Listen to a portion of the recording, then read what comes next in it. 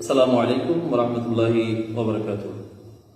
আলহামদুলিল্লাহিল্লাযী হাদানা ইলা সিরাতিল মুস্তাকিম ওয়া সলাতু ওয়াস সালামু আলা মান ইখতাসা বিল খুলুকিল আযীম ওয়া আলা আলিহি ওয়া আসহাবিহি আল্লাযীনা কামু বিনুসরাতিদ দীনিল কাবীম। সুপ্রিয় শিক্ষার্থী, তোমরা যারা এই মুহূর্তে আমাদের এই ক্লাস উপভোগ করছো, সবাইকে রানীহাট আল আমিন হামিদিয়া ফাজিল ডিগ্রি মাদ্রাসার পক্ষ থেকে স্বাগত। তোমরা অবশ্যই অবগত আছো 2020-21 সেশনে তোমরা যারা আলিমে ভর্তি হয়েছ, আমরা তোমাদেরকে নিয়মিত অনলাইন ক্লাস সরবরাহ করে যাচ্ছি। আজকে ক্লাসে বিশেষ করে আমি মোহাম্মদ রেজাউল করিম, প্রভাষক, রানীহাট আল আমিন হামিদিয়া ফাজিল ডিগ্রি মাদ্রাসা, তোমাদের ফিকাহ দ্বিতীয় পত্র তথা উসুলে ফিকাহের একটা গুরুত্বপূর্ণ সাবজেক্ট নুরুল আনোয়ারের ক্লাস নিয়ে উপস্থিত হয়েছে। আলোচনার শুরুতেই বিশেষ করে আমি তোমাদেরকে আজকের এই আলোচনা, আজকের এই ক্লাস তথা এটা যেহেতু প্রথম ক্লাস, কাজেই আমাদেরকে এই কিতাব সম্পর্কে কিছু গুরুত্বপূর্ণ তথ্য আমাদেরকে জানতে হবে। তো সেজন্য তোমরা যারা এই মুহূর্তে ক্লাস উপভোগ করছো, আমি তোমাদেরকে বলবো একটু খাতা এবং কলম নিয়ে তোমরা আমাদের ক্লাসটা উপভোগ করবে। বিশেষ করে আমরা যদি একটু বোর্ডের দিকে লক্ষ্য করি, তাহলে তোমরা দেখতে পাচ্ছ এখানে গ্রন্থ পরিচিতি। গ্রন্থ পরিচিতির মধ্যেই আমাদের এই উসুলে ফিকাহ গ্রন্থের মধ্যে বিশেষ করে দুইটা কিতাব একসাথেই এখানে আলোচনা করা হয়। একটা কিতাবের নাম হচ্ছে নুরুল আনোয়ার ফি শারহিল মানার। বিশেষ করে আমরা যে কিতাবটা পড়ি ওই কিতাবের নাম হচ্ছে নুরুল আনোয়ার। এটা সম্পূর্ণ নাম হচ্ছে নুরুল আনোয়ার ফি শারহিল মানার। এই কিতাবটা রচনা করেছেন আল্লামা আহমদ ইবনে আবি সাঈদ মোল্লা জিয়ন আল হানাফি রাহমাতুল্লাহি আলাইহি, যাকে সংক্ষেপে বা যিনি খুব প্রসিদ্ধ মোল্লা জিয়ন নাম। এবং এটি হলো একটি সরাহ গ্রন্থ তথা ব্যাখ্যা গ্রন্থ, আরেকটা কিতাবের ব্যাখ্যা গ্রন্থ, যে কিতাবের নাম হচ্ছে কিতাবুল মানার, ওই কিতাবের ব্যাখ্যা গ্রন্থ। তাই এই গ্রন্থকার অর্থাৎ মোল্লা জিয়ন রাহমাতুল্লাহি আলাইহিকে শারে আল্লাম বলা হয়। আর এটি হচ্ছে একটি শ্রেষ্ঠ ব্যাখ্যা গ্রন্থ কিতাবুল মানারের। দ্বিতীয় নম্বর যে কিতাব, মূল যে গ্রন্থ, সেটা হচ্ছে কিতাবুল মানার ফি উসুলিল ফিকহ, যেটাকে সংক্ষেপে আল মানার গ্রন্থ বলা হয়। এই আল মানার গ্রন্থটা রচনা করেছেন আল্লামা হাফিজউদ্দিন আবুল বারাকাত আব্দুল্লাহ ইবনে আহমদ ইবনে মুহাম্মদ আন-নাসাফি, যাকে সংক্ষেপে বা তিনি আন-নাসাফি এই নামে প্রসিদ্ধি অর্জন করেছেন। এবং এই কিতাবুল মানার এটি হচ্ছে একটি মতন গ্রন্থ। মতন গ্রন্থ মানে হচ্ছে একটা মূল গ্রন্থ, তাই গ্রন্থকারকে মাতেন আল্লাহ বলা হয়। গ্রন্থকার আল্লামা আবুল বারাকাত আন-নাসাফি উনি নিজেই কিতাবুল মানার এই গ্রন্থের দুটি ব্যাখ্যা গ্রন্থ তিনি নিজেই রচনা করেছেন। তার মধ্যে অন্যতম একটা ব্যাখ্যা গ্রন্থের নাম হচ্ছে কাশফুল আসরার ফি শারহিল মানার।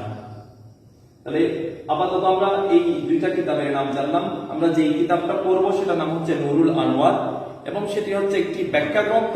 কোন কিতাবের ব্যাখ্যা গ্রন্থ? আল মানার গ্রন্থের ব্যাখ্যা গ্রন্থ।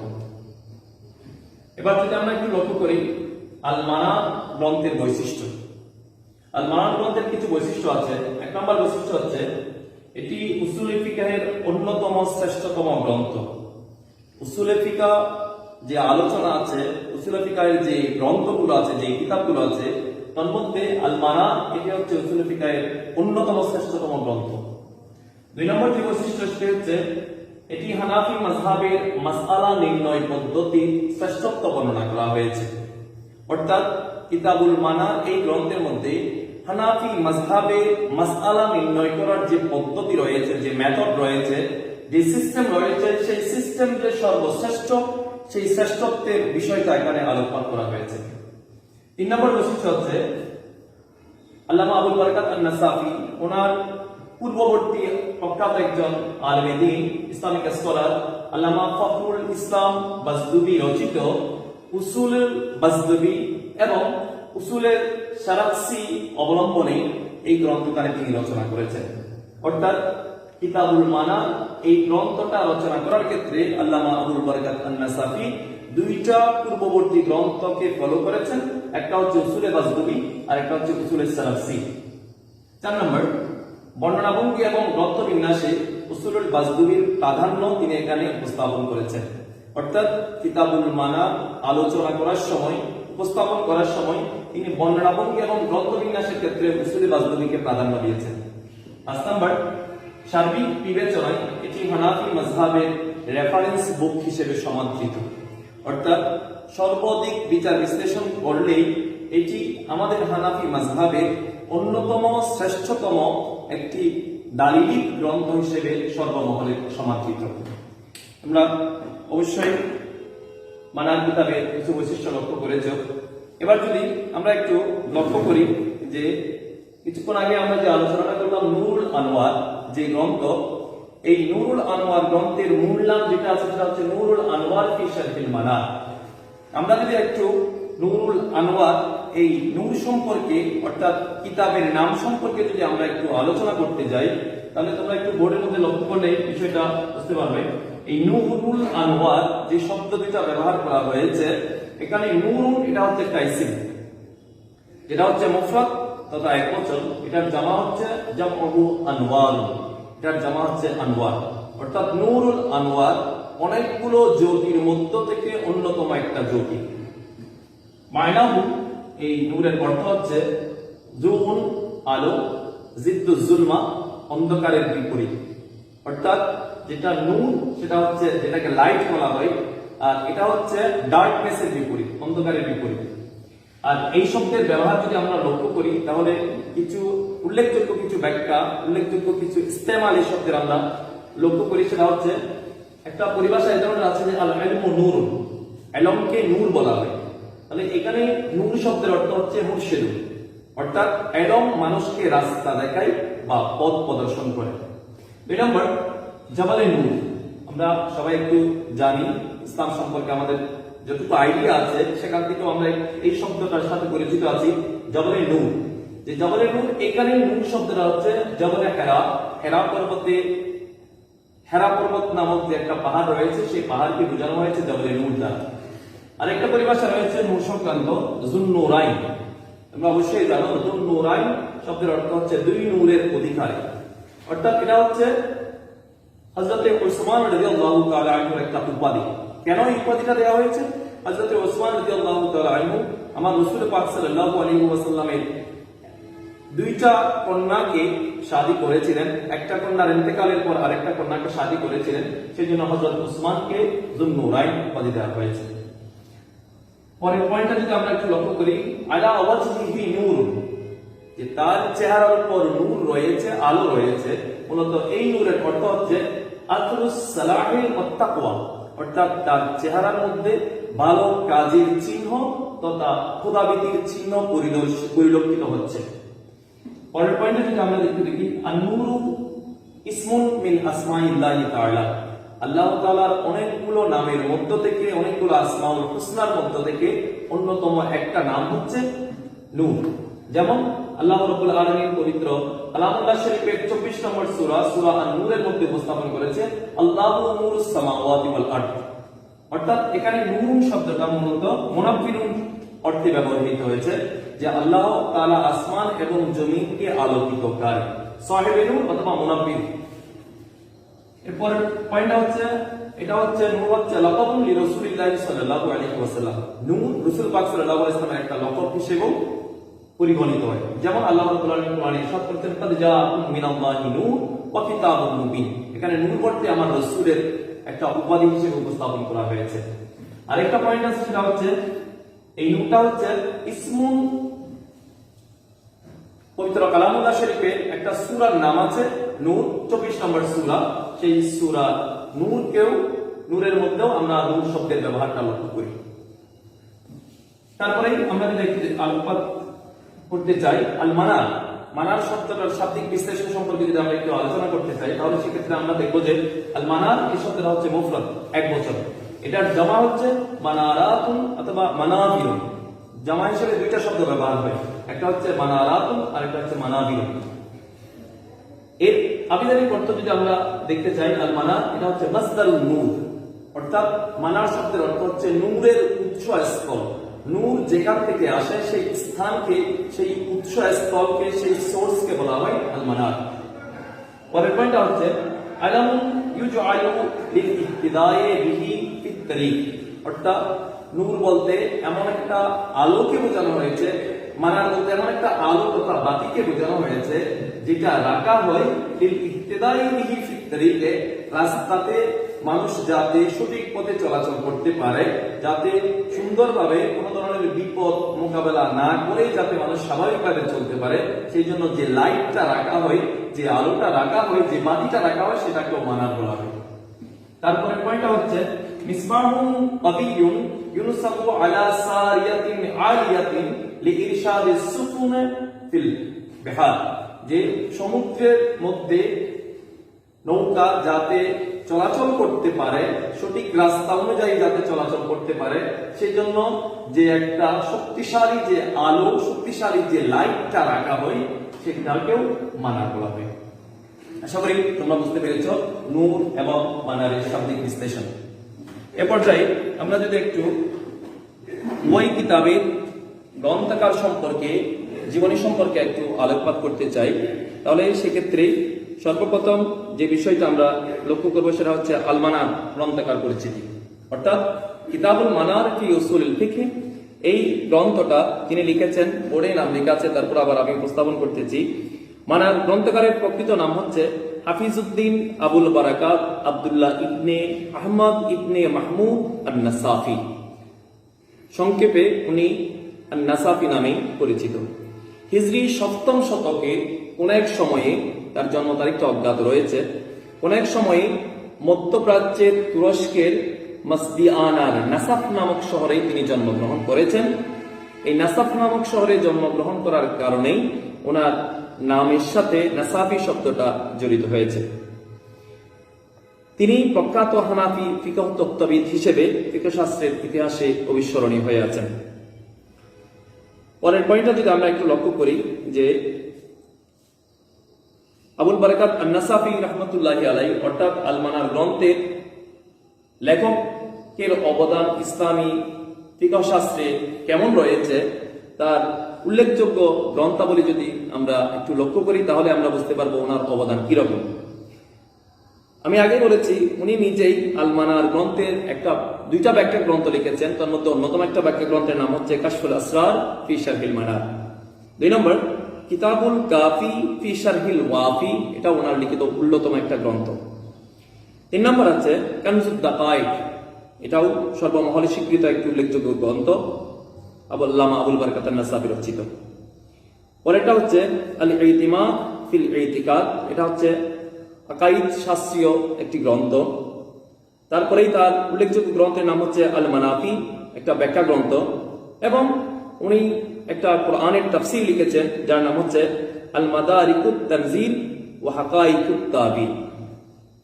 এছাড়াও তার উল্লেখযোগ্য আরো কিছু গ্রন্থ রয়েছে, যে গ্রন্থের মাধ্যমেই তিনি সর্বমহলে সারা বিশ্বে একজন হানাফি মাযহাবের প্রসিদ্ধ একজন ইসলামিক স্কলার হিসেবে পরিচিত। এছাড়া বিশেষ করে তিনি আল মানার কিতাবের জন্য সর্বমহলে প্রশংসিত। উনি ইন্তেকাল করেছেন 710 হিজরি মোতাবেক। 1310 খ্রিস্টাব্দে বাগদাদে তিনি আগমন করেছিলেন। সেখানে কিছুকাল থাকার পর সেই বছরই ইজাজ, যাকে খুজিস্তান, এই প্রত্যাবর্তনের সময় রবিউল আউয়াল মাসের 710 হিজরিতে মোতাবেক 1310 খ্রিস্টাব্দের আগস্ট মাসে তিনি ইন্তেকাল করেন এবং সেখানেই তাকে সমাধিস্থ করা হয়।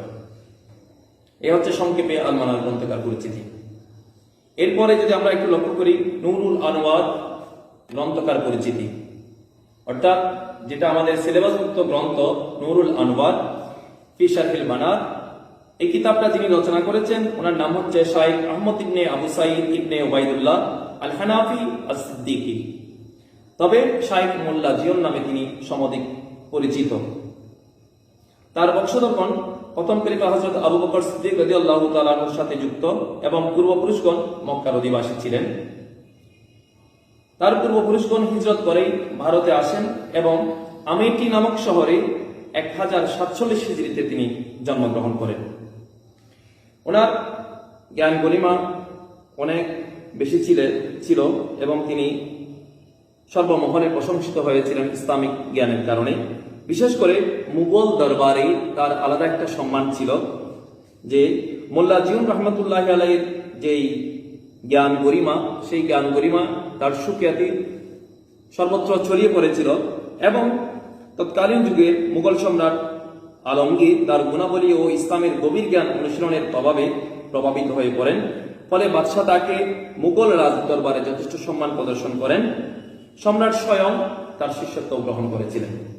ফলে আল্লামা মোল্লা জিউন রহমতুল্লাহ আলাইহি এরকম একজন উঁচু মাপের ইসলামিক স্কলার ছিলেন যে সম্রাট আলমগীর পর্যন্ত তাকে সম্মান শ্রদ্ধা জানাতেন এবং তার শিষ্যত্ব গ্রহণ করেছিলেন। নুরুল আনোয়ার রচনা, তিনি যে নুরুল আনোয়ার এই কিতাবটা রচনা করেছেন, এই ব্যাখ্যা গ্রন্থটা রচনা করেছেন, এটার একটা হিস্ট্রিক্যাল ব্যাকগ্রাউন্ড আছে, তোমরা একটু মনোযোগ সহকারে সেটা শ্রবণ করবে। যে মোল্লা জিউন রহমতুল্লাহ আলাইহি ছিলেন অসাধারণ মেধাবী ও অগাধ পাণ্ডিত্যের অধিকারী ইসলামী ব্যক্তিত্ব। সমগ্র মুসলিম জগতে তার পাণ্ডিত্যের কথা ছড়িয়ে পড়েছিল। এরই প্রেক্ষিতে তিনি 58 বছর বয়সে হজ উপলক্ষে পবিত্র মক্কা ও মদিনায় গমন করলে সেখানকার সমসাময়িক কিছু আলেম তাকে আল মানার গ্রন্থটির একখানা ব্যাখ্যা গ্রন্থ রচনা করার জন্য অনুরোধ করেছিলেন। আমি আবার বলছি, 58 বছর বয়সে তিনি যখন হজ্জে বাইতুল্লাহ এবং জিয়ারতে মদিনাতে গিয়েছিলেন, তখন ওখানকার কিছু আলেম ওনাকে অনুরোধ করেছিলেন আল মানার গ্রন্থের একটা ব্যাখ্যা গ্রন্থ, সারা গ্রন্থ রচনা করার জন্য। তিনি তাদের সেই অনুরোধকে মাথায় রেখে 2 মাস 7 দিনে, আমি আবার বলতেছি 2 মাস 7 দিনে মদিনা এবং মক্কায় অবস্থানকালে তিনি আল মানার গ্রন্থের ব্যাখ্যা গ্রন্থ প্রণয়ন করেন এবং এর নামকরণ করেছিলেন নুরুল আনোয়ার ফি শারহিল মানার। শুধুমাত্র 2 মাস 7 দিন তার সময় লেগেছিল এই প্রখ্যাত কিতাবখানা রচনা করতে। এই নুরুল আনোয়ার গ্রন্থ সেজন্য বলা হয় মোল্লা জিউন রহমতুল্লাহি আলাইহির অমর একটি কীর্তি। এছাড়াও তিনি একটি বিখ্যাত তাফসীর গ্রন্থ রচনা করেছেন, যেটার নাম হচ্ছে আত-তাফসীরুল আহমাদিয়্যা ফি বায়ানিল আয়াতিশ শারঈয়্যা। এটাও মুসলিম সমাজে, ইসলামিক সমাজে অতি সমাদৃত একটা তাফসীর গ্রন্থের নাম। এছাড়াও তার আরো অনেক কিতাবাদি রয়েছে, যেগুলোর কারণেই তিনি সারা বিশ্বে ইসলামিক একজন স্কলার হিসেবে সমাদৃত হয়ে আছেন। এবং তিনি হিজরি 1130 সনে মুঘল রাজধানী দিল্লিতে ইন্তেকাল করেন। নিজ জন্মভূমি আমেঠিতে তাকে সমাহিত করা হয়। তাহলে এই পর্যন্ত আমরা যে মোল্লা জিউন রহমতুল্লাহ আলাইহি এবং আবুল বারাকাত আন-নাসাফি রহমতুল্লাহ আলাইহির জীবনী, মানার গ্রন্থ এবং নুরুল আনোয়ার গ্রন্থের পরিচয়, পাশাপাশি আল মানার গ্রন্থের কিছু বৈশিষ্ট্য আমরা লক্ষ্য করেছি। ইনশাআল্লাহ তোমরা আমাদের সাথে অনলাইনে ক্লাসগুলো সবসময় দেখবে, উপভোগ করবে, তাহলে এই গুরুত্বপূর্ণ কিতাব সম্পর্কে তোমাদের আইডিয়া এবং তোমরা ইসলামী শরীয়তের বিভিন্ন মাসআলা, মাসাইল এবং উসুলে ফিকহ সম্পর্কে গুরুত্বপূর্ণ কিছু তথ্য জানতে পারবে। এ পর্যায়ে আমি বিশেষ করে আজকে যেহেতু প্রথম ক্লাস, তোমাদের একটু সিলেবাস এবং এর মানদণ্ড নিয়ে একটু আলোকপাত করতেছি। একটু খেয়াল করবা যে আমাদের সাবজেক্ট গ্রুপের নামটা হচ্ছে ফিকহ দ্বিতীয় পত্র। এটার পূর্ণমান হচ্ছে, টোটাল পূর্ণমান হচ্ছে 100। এখানে 100 পূর্ণমানকে 2 ভাগে ভাগ করা হয়েছে। একটা হচ্ছে এতক্ষণ যে কিতাবটা আমরা দরস দিলাম, এটা নুরুল আনোয়ার, এখানে মার্কস হচ্ছে 60 মার্কস, 60 নম্বর। 2 নম্বর হচ্ছে ফারায়েজ নামক একটা কিতাব তোমরা পড়বে অথবা ক্লাস ইতিমধ্যে পেয়েছো। এই ফারায়েজ থেকে প্রশ্ন হবে 40 মার্কস, টোটাল 100 মার্কস। এখন এখানে যদি নুরুল আনোয়ারের হিসাব যদি আমরা আবার করি, 60 মার্কস যেখানে আছে সেখানে তোমাদেরকে প্রশ্ন লিখতে হবে 4টা। একটাতে নাম্বার হচ্ছে 15 করে 4 15 60, এবং ফারায়েজ থেকে প্রশ্ন আসবে তোমাদের 2টা, সেক্ষেত্রে তাও 15 নম্বর করে 15 করে 30, এবং একটা মুনাসাহা করতে হবে। মুনাসাহা মানে হচ্ছে সম্পত্তি বন্টন, যেটাকে অঙ্ক বলা হয়। একটা ফারায়েজের অঙ্ক করতে হবে, সেখানে নাম্বার হচ্ছে 10, টোটাল 100 নম্বর। এভাবেই তোমরা পরীক্ষার জন্য প্রিপারেশন নেবে এবং আমাদের সাথে সবসময় যুক্ত থাকবেন, ক্লাসগুলো সবসময় এনজয় করবেন এবং সবাই সামাজিক দূরত্ব বজায় রেখে স্বাস্থ্যবিধি সবাই মেনে চলবেন। ওমা আলাইনা ইল্লাল বালাগুল মুবিন।